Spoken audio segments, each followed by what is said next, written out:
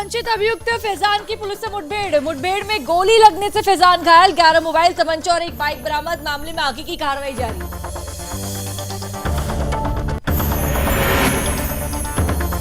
गाजीपुर में महिला की निर्मम हत्या, 35 साल की महिला के शरीर पर चाकू से 10 वार। मौत से पहले फोन पर हुई 23 मिनट बातचीत। जल्द ही हत्यारे होंगे पुलिस की गिरफ्त में।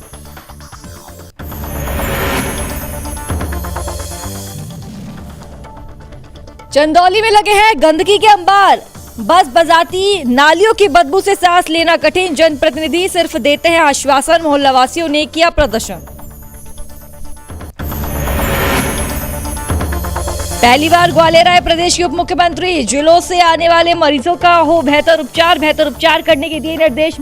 होने वाली परेशानी से मिले निजात।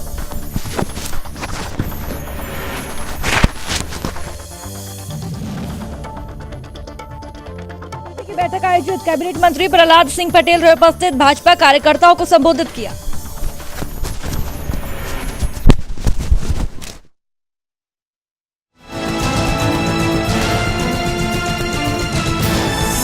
आप देख रहे हैं सुदर्शन न्यूज।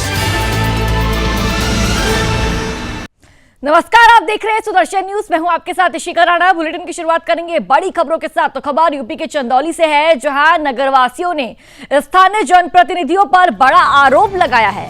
बता दें कि चंदौली नगर पंचायत के वार्ड नंबर 13 एवं 14 मोहल्लेवासी गंदगी और बस बजाती नालियों से उठते दुर्गंध से लोग काफी ज्यादा परेशान हैं और स्थानीय जनप्रतिनिधि से कई बार शिकायत करने के बावजूद सिर्फ आश्वासन ही मिला है, लेकिन कोई कार्रवाई अभी तक अमल में नहीं लाई गई, जिससे मोहल्लावासियों ने प्रदर्शन कर विरोध जताते हुए जल्द ही समस्या के निदान की बात यहां पर कही है। और ये आपको जानकारी दे दें कि समस्या पर ध्यान अगर नहीं दिया गया तो लोग सड़क पर उतरने को मजबूर हो जाएंगे, यह स्थानीय प्रशासन का कहना है। और दरअसल चंदौली में साफ सफाई कई वर्षों से नहीं की गई है और नाला गंदगी के अंबार से पूरा भर चुका है, और जिसके कारण उठती दुर्गंध से लोगों को सांस लेना तक काफी ज्यादा उनका वहां दुश्वार हो चुका है। सांस लेने में भी तकलीफ होने लगी है लोगों को। तो वहीं मोहल्ले वासियों ने इसकी शिकायत जब स्थानीय जनप्रतिनिधि से की तो उन्होंने तत्काल साफ सफाई से लेकर नाला निर्माण की बात का आश्वासन दिया, लेकिन आश्वासन कोरा साबित हुआ है।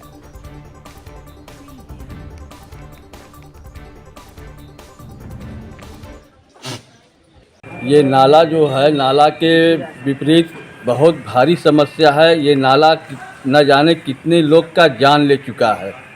फिर भी यहाँ के सांसद हों, चाहे चेयरमैन हो, चाहे विधायक हों, चाहे अभी महेंद्र नाथ पांडे अभी पुल बनवाए हैं, शिलान्यास किए हैं, मगर उनको यही बगल में मार्केट में ये नाला नहीं दिख रहा है। ये नाला छोटे छोटे बच्चे स्कूल जाते हैं, कई बच्चों तो गिर गए, सब अगल बगल वाले उनको हाथ पकड़ कर निकालें। बाइक से, साइकिल से कोई आता है वो ढंगला कर लड़खड़ा। चंदौली नगर पंचायत का वार्ड नंबर 13 और 14 है। कैमरामैन से कहेंगे दिखाएं।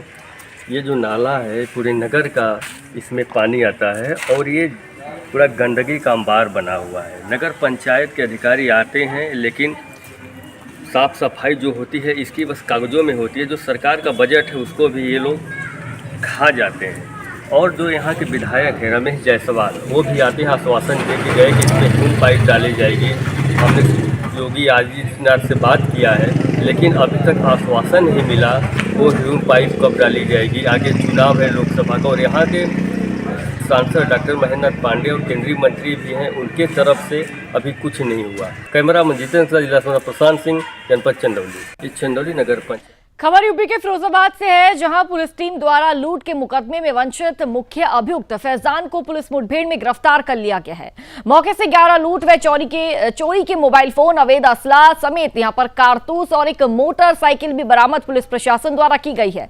दरअसल पुलिस अधीक्षक के नेतृत्व में पुलिस द्वारा चेकिंग की जा रही थी और तभी मुखबिर की सूचना के आधार पर 3 फरवरी को हुई लूट की घटना का मुख्य आरोपी मोटरसाइकिल से कहीं जाने की फिराक में है।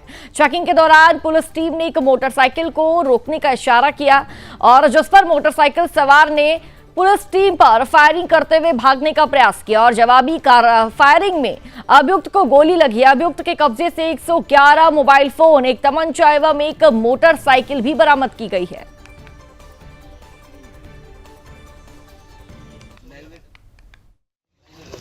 आज थाना उत्तर पुलिस को एक मुखबिर से सूचना प्राप्त हुई थी कि एक लूट करने वाला और चोरी करने वाला मोबाइल की वो संदिग्ध आज उसका मूवमेंट जैन नगर साइड में है।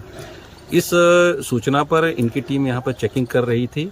चेकिंग के दौरान बाइक सवार जो संदिग्ध था उसने इन पर फायर कर दिया। बचाव में इनके द्वारा भी इतने फायर किया जिसमें वो इंजर्ड हुआ। पूछताछ पर उसने अपना नाम फैजान बताया है, जो थाना रसूलपुर क्षेत्र का रहने वाला है।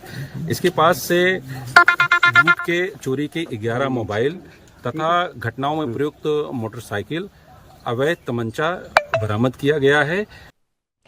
खबर यूपी के गाजीपुर से है, जहां दुल्हापुर थाना क्षेत्र के मलेठी गांव में कल देर रात में एक 35 वर्षीय श्वेता बारी को अज्ञात व्यक्तियों द्वारा चाकू मारकर लहूलुहान कर दिया गया और चाकू से हमला के बाद घटनास्थल पर ही महिला की मौत हो गई। महिला की चाकू से गोदकर हुई हत्या के बाद पूरे गांव में सनसनी फैल गई। परिजनों द्वारा दी गई सूचना पर पहुंची पुलिस ने शव को अपने कब्जे में ले लिया और हथियारों की तलाश में पुलिस जुट गई। सूचना मिलते ही एसपी ओमवीर सिंह ने घटना पर जब उनको ये सूचना मिली तो वो घटनास्थल पर पहुंचे और उन्होंने घटना के बारे में जानकारी प्राप्त की। साथ ही घटनास्थल का जायजा भी उनके द्वारा लिया गया। दरअसल परिजनों ने बताया वह रात खाने के बाद रोड पर रोजाना टहलती थी और परिजनों का कहना है कि किसी से कोई रंजिश नहीं है, ना ही किसी से कोई विवाद है। पुलिस ने दावा किया है कि जल्द ही हथियारों का पता लगाया जाएगा और हथियारों की गिरफ्तारी के लिए कई पुलिस टीमें भी लगा दी गई है।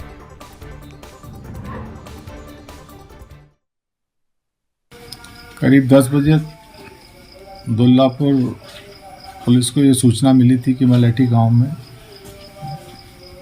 एक महिला है, उनको चाकू मार के उनकी हत्या कर दी गई है। इस सूचना पर तत्काल दुल्लापुर पुलिस क्षेत्राधिकारी भुड़कुड़ा एसपीसीटी, मैं स्वयं खुद भी आए हैं। अभी तक कोई परिवार बताने की स्थिति में नहीं है और जो इनका घर है इसी से करीब 50 मीटर दूर महिला का शव मिला। सीधा आपको विधानसभा ले चलते हैं, जो उत्तर प्रदेश के मुख्यमंत्री योगी आदित्यनाथ संबोधन कर रहे हैं। क्या कुछ कह रहे, सुनिए जरा। डिस्ट्रिक्ट वन मेडिकल कॉलेज के कार्य को एक नई गति प्राप्त हुई है, बल्कि मलेरिया है, इंसेफ्लाइटिस है, डेंगू है, कालाजार है, चिकनगुनिया है, इस प्रकार की बीमारियों पर प्रभावी नियंत्रण करने में भी सरकार ने सफलता प्राप्त की है। प्रदेश के अंदर जो मुख्यमंत्री आरोग्य मेला लग रहे हैं, हर रविवार को लगते हैं और अब तक लगभग 12.5 करोड़ से अधिक रोगी इससे लाभान्वित हुए हैं। हर जिले में आज डायलिसिस सेंटर स्थापित हुए हैं, वहां से उनको बेहतरीन सुविधा प्राप्त हो रही है और उसी का परिणाम है कि 2012 से 17 के बीच जो मातृ मृत्यु दर 285 थी, आज वह घट करके लगभग 165 से 167 के बीच में है। शिशु मृत्यु दर जो 48 प्रति हजार थी, आज वह घट करके 38 प्रति हजार हो गई है। प्रदेश में अभी यूनियन बजट आया है और केंद्र के इस बजट में आयुष्मान भारत योजना में आंगनबाड़ी और आशा बहनों को शामिल किए जाने का निर्णय हुआ है। ये प्रदेश की भी लाखों आंगनबाड़ी और आशा बहनें इससे लाभान्वित होने जा रही है। महोदय, स्कूली शिक्षा का भी कायाकल्प हुआ है। आपने देखा होगा कि समाजवादी पार्टी की सरकार में, वैसे भी वो सरकार तो शिक्षा से उनका कोसों तक संबंध नहीं था, लेकिन प्रदेश सरकार ने 2017 में स्कूल चलो अभियान प्रारंभ किया। बेसिक शिक्षा परिषद के स्कूलों में पढ़ने वाले बच्चों को uniform, bag, books, shoes, socks, sweater ये सभी उपलब्ध करवाए। ऑपरेशन कायाकल्प में मैंने इसी सदन में माननीय सदस्यों का भी आह्वान किया था। समाज के मानिंदों ने भी इसमें सहभागी बनकर के कार्य किया और आज मुझे बताते हुए प्रसन्नता है कि बेसिक शिक्षा परिषद में आज 1.92 करोड़ बच्चे इन स्कूलों में अध्ययन कर रहे हैं। अगर हम 17 से पहले की तुलना करें तो 40 लाख से अधिक बच्चों की वृद्धि हुई है। कोरोना बीच में 3 वर्ष हम लोगों को कोरोना से जूझना पड़ा था। ऑपरेशन कायाकल्प में 1,32,500 से अधिक विद्यालयों का ऑपरेशन कायाकल्प हुआ है और हर बेसिक शिक्षा परिषद के विद्यालय में 2-2 टैबलेट भी उपलब्ध कराए गए हैं और साथ साथ वहां पे स्मार्ट क्लासेस लगाने की प्रक्रिया भी प्रचलित है। 925 परिषदीय विद्यालयों को पीएम श्री योजना में आच्छादित करने की कार्रवाई, 57 मुख्यमंत्री मॉडल कंपोजिट विद्यालय स्वीकृत किए गए हैं और बहुत शीघ्र हम इन कार्यक्रमों को आगे बढ़ाने जा रहे हैं, जो बहुत ही अच्छे ढंग से अटल आवासीय विद्यालय की तर्ज पर इन विद्यालयों को चलाने की कार्रवाई को हम आगे बढ़ाने जा रहे हैं। माध्यमिक शिक्षा में भी प्रोजेक्ट अलंकार योजना के अंतर्गत राजकीय विद्यालयों में बृहद निर्माण के लिए 500 करोड़ रुपए से अधिक की धनराशि स्वीकृत की गई है। यानी ये वे विद्यालय हैं जो हमारे गवर्नमेंट इंटर कॉलेजेस थे, गर्ल्स गवर्नमेंट इंटर कॉलेजेस थी, बहुत पुराने थे, जर्जर इंफ्रास्ट्रक्चर था, भवन बहुत जर्जर हो चुके थे, उन सब के लिए भी धनराशि दी गई है। 1,349 विद्यालयों के लिए इसके लिए धनराशि अब तक उपलब्ध करवाई गई है। इसके अलावा जो एडेड विद्यालय थे, निजी प्रबंधन से लेकिन गवर्नमेंट एडेड थे, उनके पास भी कोई सोर्स ऑफ इनकम न होने के नाते उनका इंफ्रास्ट्रक्चर भी कमजोर था। सरकार ने एक पॉलिसी बना करके उनको भी इस योजना के साथ जोड़ा, जिसमें कुछ शेयर उनका होगा, शेष सरकार देगी, जिससे बच्चे तो राज्य के ही पढ़ रहे हैं वहां पर भी, उनको बेहतरीन सुविधा दे सकें। यह कार्य भी वहां पर प्रारंभ हुआ है। हर कमिश्नरी मुख्यालय पे एक अटल आवासीय विद्यालय, पहली बार श्रमिकों के बच्चों के लिए। खबर यूपी के बिजनौर से है, जहां शेरकोट में एक 21 वर्षीय व्यक्ति ने 3 वर्ष की मासूम को हवस का शिकार बनाया। परिजनों की सूचना पर मौके पर पहुंची पुलिस ने आरोपी को गिरफ्तार कर लिया है। दरअसल शेरकोट थाना क्षेत्र के एक गांव के व्यक्ति ने पुलिस में दर्ज कराई रिपोर्ट में यह बताया कि उनकी 3 वर्ष की बच्ची घर से बाहर खेल रही थी। तब इस दौरान गांव का अंकित उनकी बेटी को टॉफी दिलाने के बहाने से भिला फुसलाकर खंडरनुमा मकान में उठाकर ले गया और वहां ले जाकर बच्ची के साथ दुष्कर्म जैसे घिनौनी वारदात को अंजाम दिया। बच्ची के चीखने चिल्लाने की आवाज को सुनकर जब उसकी बड़ी बहन मौके पर पहुंची तो उसने शोर मचाया। पकड़े जाने के डर से आरोपी मौके से भाग गया और उधर ये बात सुनकर बच्ची के परिजनों के पैरों तले जमीन खिसक गई। पुलिस ने आरोपी के खिलाफ नामजद रिपोर्ट दर्ज कर आरोपी अंकित को गिरफ्तार कर लिया है और बच्ची को मेडिकल परीक्षण के लिए भेज दिया है।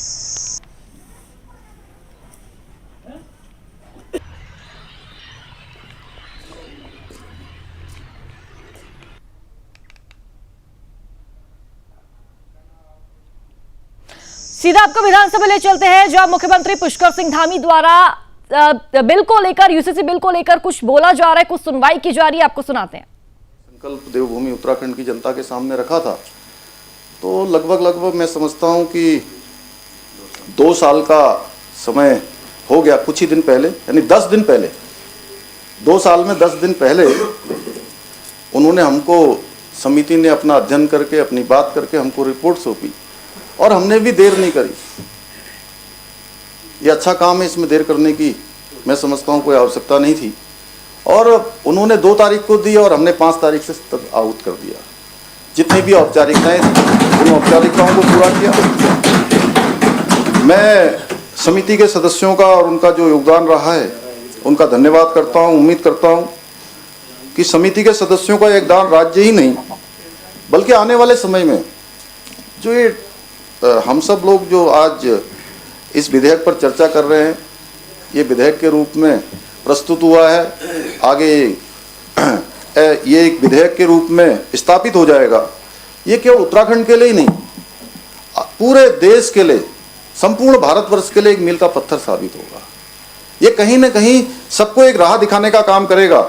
जिस प्रकार से देवभूमि से निकलने वाली माँ गंगा संपूर्ण देश को कहीं सींचने का काम करती है, कहीं यातमन का काम करती है, कहीं पीने के काम आती है, कहीं अभिसिंचित करने का काम करती है, उसी प्रकार से इस सदन से निकलने वाली ये समान अधिकारों की जो गंगा है, समान नागरिक आचार संहिता की गंगा हमारे सभी नागरिकों के जो संवैधानिक अधिकार हैं उन अधिकारों की रक्षा भी करेगी और उन अधिकारों को सुनिश्चित करने का भी काम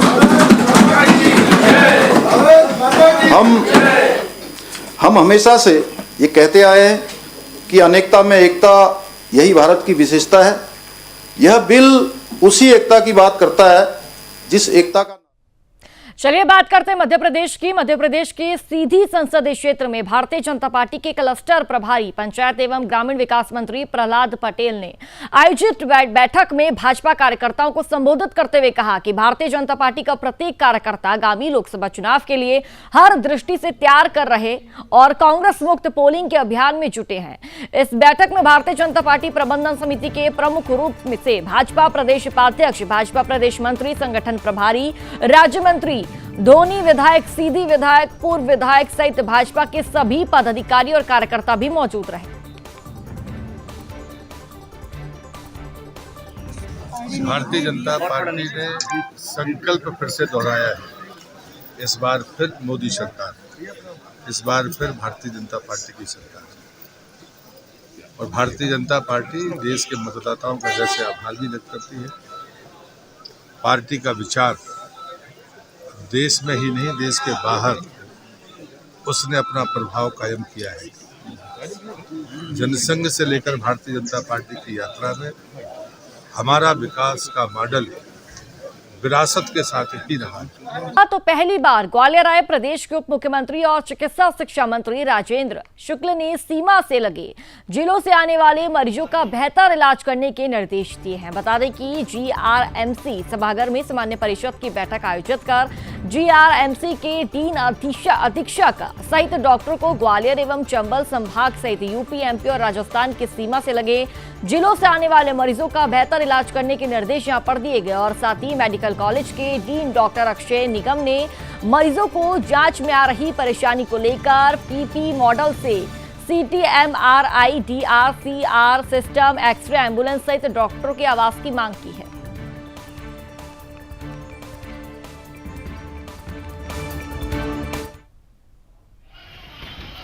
आज मंत्री जी आए, उन्होंने सौहार्दपूर्ण माहौल में एक अच्छी मीटिंग हम लोगों के साथ, सभी चिकित्सकों के साथ, सभी अधिकारियों के साथ। सर्वप्रथम उन्होंने बोला कि मैं पूरा कैंपस देखना चाहता हूं। उनको संपूर्ण कैंपस दिखाया। कैंपस को देख के उन्होंने माना भी कि काफ़ी बड़ा। बात करते हैं मध्य प्रदेश के टीकमगढ़ की, जहां एक मकान में लाइट में शॉर्ट सर्किट होने पर ही आग लग गई और इस आग से घर और घर का सारा सामान जलकर राख हो गया। जानकारी दे दें कि जो पूरा मामला है जो तारा तहसील के ग्राम पंचायत मुहारा का बताया जा रहा है। चलिए फिलहाल इस बुलेटिन में इतना ही। देश और दुनिया से जुड़ी बड़ी खबरों को देखने के लिए आप सुदर्शन न्यूज देखते रहिए। जय हिंद। आप देख रहे हैं सुदर्शन न्यूज।